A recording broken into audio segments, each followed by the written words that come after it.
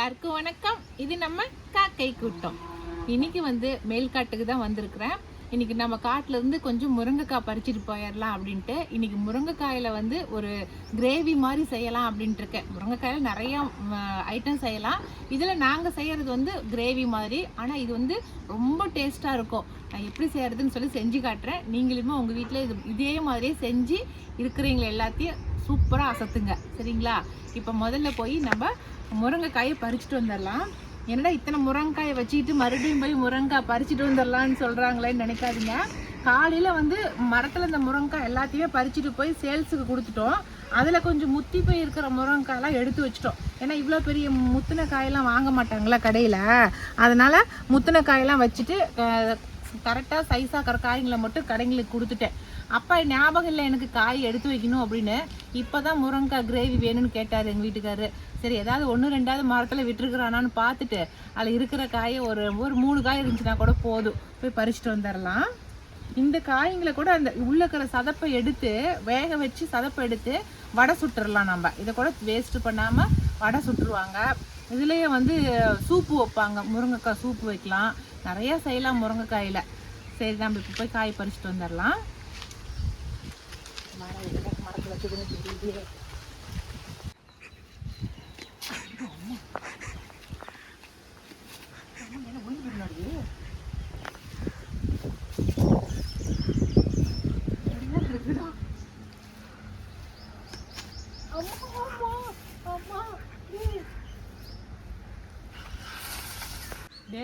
இவ்வளோ கஷ்டப்படுத்துவாங்க. அங்கே பாட 10 காய்க்கு மேலே கீழே தொங்கிட்டு இருக்குது. இந்நேரம் வயிறே வலி எடுத்துச்சுடா. ஏடா டே கண்ணு தெரியாம 10 காய்க்கு மேலே விட்டுட்டு போயிட்டா. ஏண்டா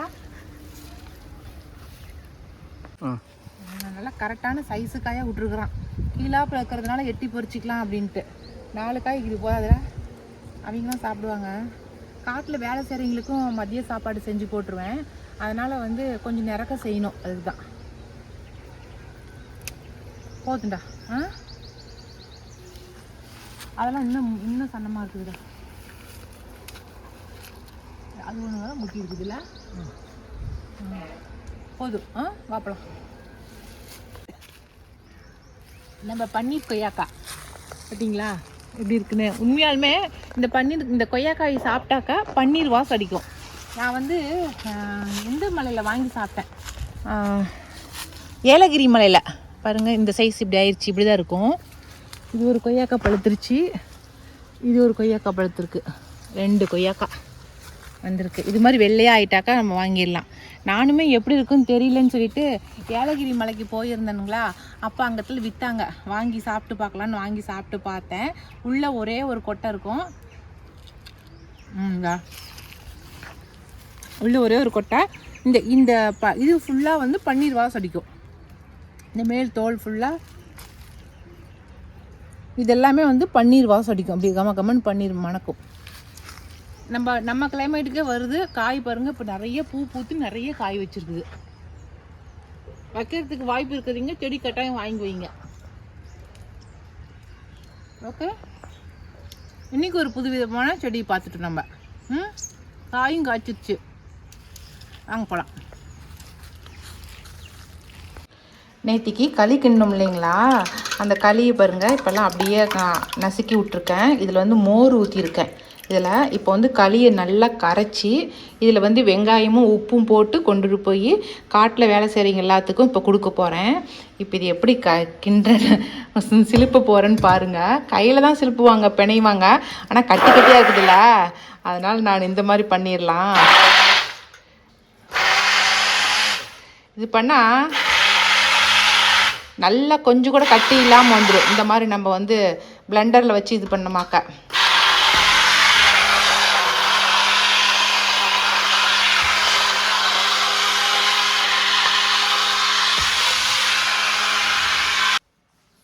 அவ்வளோதாங்க. இப்போ களியை நல்லா கரைச்சிட்டேன் பாருங்கள். இப்போ நல்லா கெட்டியாகவே இருக்குது. இப்போ நல்லா கட்டி இல்லாமல் நல்லா கரைச்சாச்சு, ஏன்னா பிளெண்டரில் கரைச்சதுனால. இப்போ களிக்கு உப்பு போட்டேன். அடுத்ததாக வெங்காயம், ஊறுகாய் எல்லாம் 2 எடுத்து வச்சுட்டேன். டம்ளர் எடுத்தாச்சு. இப்போ இதை கொண்டு போய் அவங்களுக்கு கொடுத்துட்டு வந்துடுறேன். இலை விழுந்து போச்சு. அதுக்கு என்ன பண்ணுங்க காற்றுக்கு முதல்ல அப்படித்தான் நினைச்சுக்கிட்டு இருந்தேன். கல் போட்டோ எடுக்கிறேன் அங்க வந்து நீ அங்க போனாலும் ஒன்னும் வேண்டிடு. நீ டைலாக் சொல்லு. ஊறுகாய் மோரு வெயிலுக்கு எப்படி குளு குளுன்னு பாக்கு மரத்து நெவுளு நாங்க எல்லாம் பாருங்க எப்படி குடிக்கிறோம்னு. மோரு சோறு கழுவி போட்டு கரைச்சி இது மாதிரி காட்டுல வேலை செய்யறவங்களுக்கு இந்த மாதிரி அப்பப்ப கொஞ்சம் நீர் ஆகாரம் கொடுத்துக்கிட்டே இருங்க. ஏன்னா வெயில் எந்த வருஷமும் இல்லாத அளவுக்கு வெயில் அடிக்குது. அதனால காட்டுல தானே வேலை செய்யறாங்க அப்படின்னு விட்டுறாதீங்க. அவங்களுக்கு அப்பப்ப ஏதாவது கொடுத்துக்கிட்டே இருங்க. சொல்லுமா சொல்லு.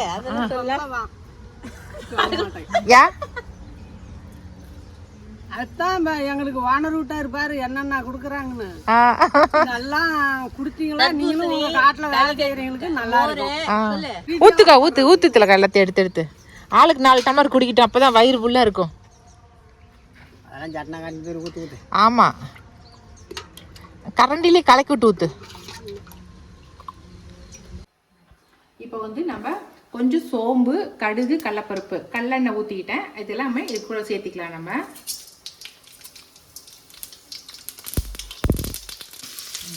இப்போ வெங்காயம், சின்ன வெங்காயம், பெரிய வெங்காயம் எது வேணாலும் போட்டுக்கலாம். ரெண்டுமே கலந்து போட்டிருக்கிறேன் நான். சரிங்களா? அடுத்ததாக நம்ம கருவேப்பிலை.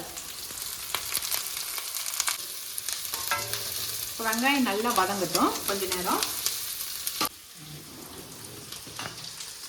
மஞ்சத்தூள், இஞ்சி பூண்டு பேஸ்ட் எடுத்து வச்சுருக்கேன். அதுக்கப்புறம் 3 தக்காளி வந்து இந்த மாதிரி பேஸ்ட்டாக அரைச்சி வச்சுட்டேன்.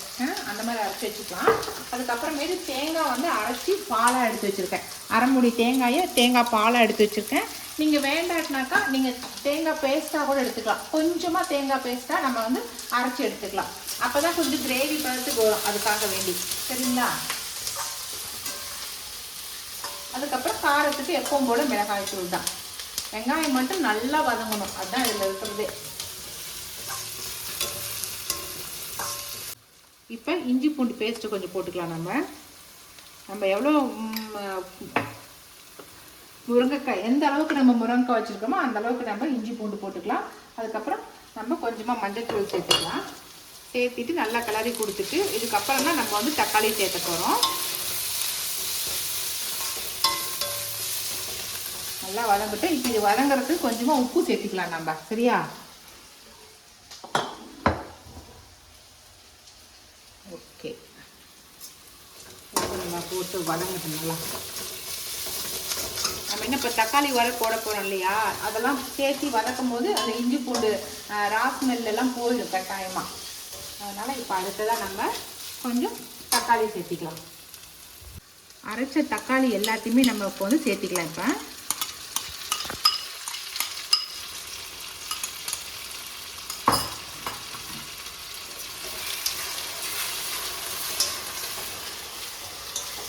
இப்போ இது வந்து எண்ணெய் வந்து மேலே பிரிஞ்சு வர அளவுக்கு நல்லா தக்காளி வதங்கணும். சரிங்களா?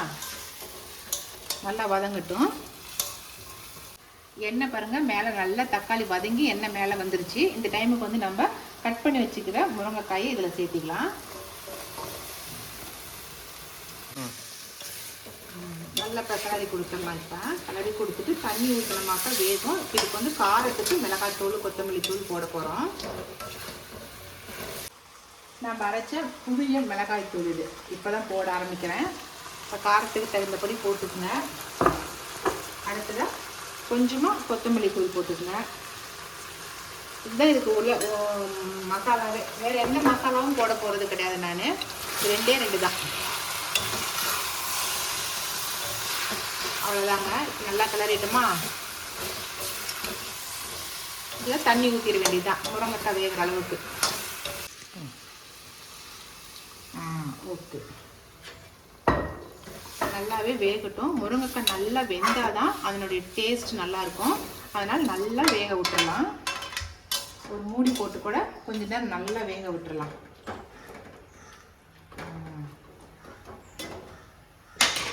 மூடி இருக்குது, அதான் மூடி இருக்குது. மூடி வச்சிடலாம். நம்ம கடைசியாக தான் நம்ம வந்து தேங்காய் பால் ஊற்றணும். ஓகேங்களா? அவ்வளோதான். அந்த அடுப்பில் வந்து சாதமும் வெந்துட்டு இருக்குது, ஒன்றில் வந்து குழம்பும் வெந்துட்டு இருக்கு. இன்றைக்குமே நாங்கள் வந்து கீரை கடைஞ்சிருவோம். டெய்லிக்குமே இப்போ வந்து கீரை கடைஞ்சிட்டு தான் இருக்கோம். கீரை, அதுக்கப்புறம் முருங்கைக்காய் பெரட்டல், அதுக்கப்புறம் மோர். இதுதான் இன்றைக்கி எங்கள் வீட்டு சமையல். ஓகே, அது வெந்ததுக்கப்புறம் காட்டுறேன். இப்போ பாருங்கள் எந்த அளவுக்கு கிரேவியாட்டம் வந்துருச்சு. இப்போ நம்ம இதில் வந்து பால், தேங்காய் பால் இருக்கு இல்லைங்களா, அதை ஊற்றிடலாம். அதை இப்போ தேங்காய் பால் ஊற்றுனதுக்கப்புறம் ஒரு கொதி வந்துச்சுனாக்கா போதும். நம்ம கிரேவியாகவும் எடுத்துக்கலாம், இல்லை நம்ம நல்லா ட்ரையாக இது பண்ணி நம்ம பொரியலுக்கு பண்ணுறோம் இல்லையா, அந்த அளவுக்கு ட்ரையாக பண்ணி நம்ம எடுத்துக்கலாம். அது நம்மளோட இஷ்டம் தான். இப்போ தேங்காய் ஊற்றுனதுக்கப்புறம் கொஞ்சம் நேரம் கொதி வரட்டும். அவ்வளோதாங்க. நான் இந்த அளவுக்கு எனக்கு போதும். ஏன்னா அப்படியே கொஞ்சம் சாதத்தோடு வச்சு பணிஞ்சு சாப்பிட்றதுக்கு நல்லாயிருக்கும் இந்த மாதிரி விட்டமாக்க. அதனால் நான் இதோட போதுன்னு ஆஃப் பண்ணிடுறேன். இதில் வந்து கொஞ்சம் கொத்தமல்லி தழை இது போகிறதுனா கூட போட்டு நம்ம இறக்கிக்கலாம். இதில் வந்து சாதம் போட்டு பணிஞ்சு சாப்பிட்டா அவ்வளோ சூப்பராக இருக்கும். கட்டாயமாக ஒரு ட்ரிப்பு இதே மாதிரி செஞ்சு பாருங்கள் நீங்களும். ஓகே, செஞ்சுட்டு கமெண்ட்ஸில் எப்படி இருக்குது அப்படிங்கிறத எனக்கு நீங்கள் சொல்லுங்கள். ஓகே, சரி, இப்போ ஆஃப் பண்ணிடலாம்.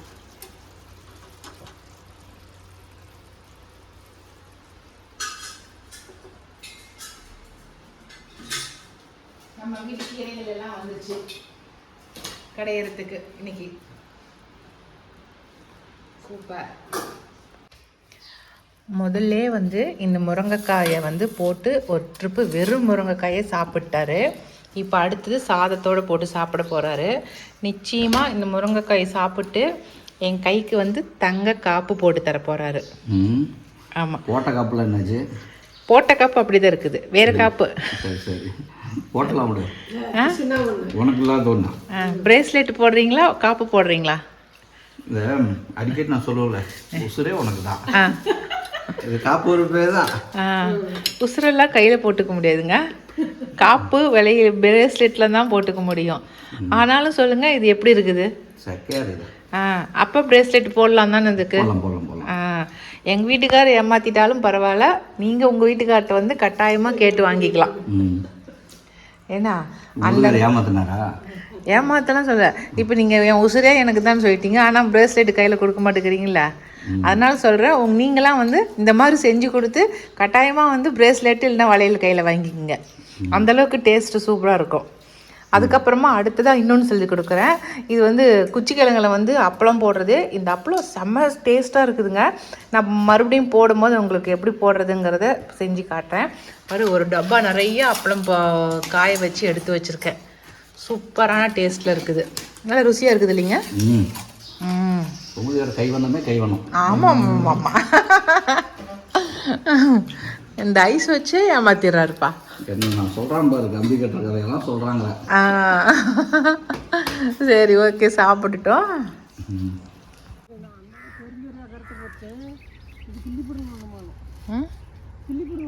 ஆமாம், நாளைக்கு கிள்ளி பொரியல் பண்ணிக்கலாம். இது எல்லாமே விதை வச்சிருச்சு எல்லாம்.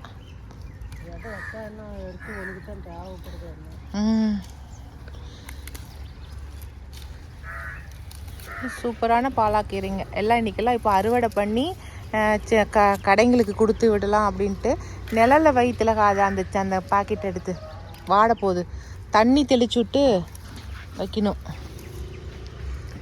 சும்மா வீட்டுக்கு ஆகட்டுமேன்னு சொல்லி கீரைங்களை போட்டேன், பாலாக்கீரையை. அது என்னடானா ஏகத்துக்கு நல்லா முளைச்சி போயிடுச்சு. சரி, ஏன் வேஸ்ட்டு பண்ணணும் அப்படின்னு சொல்லி இப்போ எல்லாத்தையுமே கீரையை வந்து அறுத்து கொண்டு போய் கடைக்கு கொடுக்கலான்னு கட்டிட்டு இருக்கிறாங்க 2 பேரும். இந்த ஒயிட் மம்மியும் நம்ம திலகா அம்மாவும்.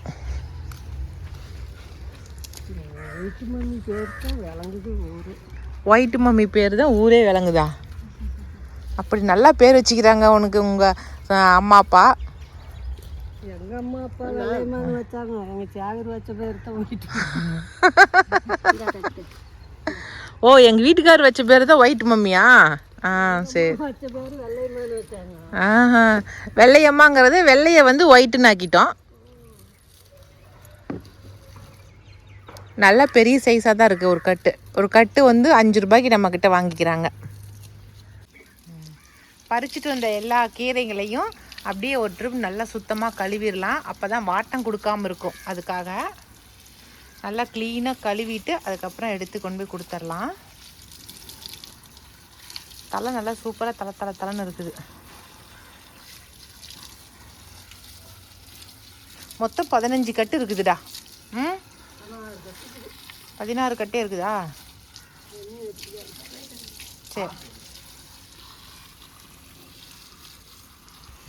இப்போ நம்ம குக்கியை பார்த்துடலாம். குக்கி இப்போ தான் குளிச்சிருக்கிறா.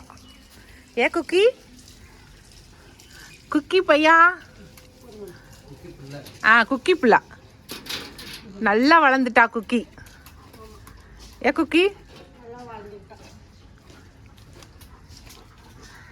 குக்கி குக்கி இப்போ குளிச்சிருக்கிறா. நல்லா வெயிலுக்கு அதுக்கும் நல்லா ஜில்லுன்னு இருக்குது அப்படி குளிச்சுட்டு. இன்றைக்கி வந்து விகாஸை வந்து ஸ்கூல்லேருந்து அவங்க கூட்டிகிட்டு வந்து விட மாட்டாங்க. அதனால் நாம்ளே தான் போய் கூட்டிகிட்டு வரணும். 6:30 மணிக்கு நானே போய் அவனை கூட்டிகிட்டு வந்துட்டேன். ஏண்டா பயந்துட்டு ஓடியாடுறா?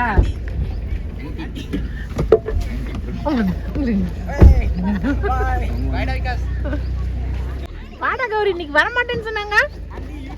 இன்னைக்கு வரமாட்டேன்னு சொன்னாங்க. எதுக்கு? ஸ்கூலுக்கு இன்னைக்கு லீவு கௌரி அப்படின்னு சொன்னானே விகாஸ்.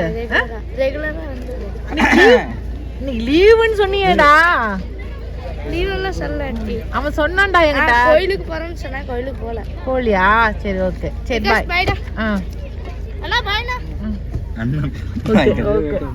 விகாஸ என்ன டைமுக்கு விடுறாங்க பாருங்க. 6:30 மணிக்கு இப்போ வந்து ஸ்கூல் விட்டுருக்காங்க. இந்த ஸ்கூல்ல தான் 6:30 விடுறாங்க. 10, 11 இதெல்லாம் 12 விடுறாங்க. ஆமா கண்ணு, மற்ற ஸ்கூல்ல 8 மணி இல்லைன்னா 10 மணிக்கு விடுறாங்க. ஏன் அப்படி பசங்களை இவ்வளோ நேரம் கழிச்சு வச்சிருக்காங்களோ தெரியல. அவ்வளோதாங்க, இன்னைக்கு இந்த வீடியோ இதோட முடிஞ்சிருச்சு. இந்த வீடியோ பிடிச்சிருந்துச்சுனாக்கா லைக் பண்ணுங்க, மறக்காம எங்க காக்கை கூட்டத்துக்கு சப்ஸ்கிரைப் பண்ணிருங்க. இனி அடுத்த ஒரு புது வீடியோல சந்திக்கலாம். பாய்.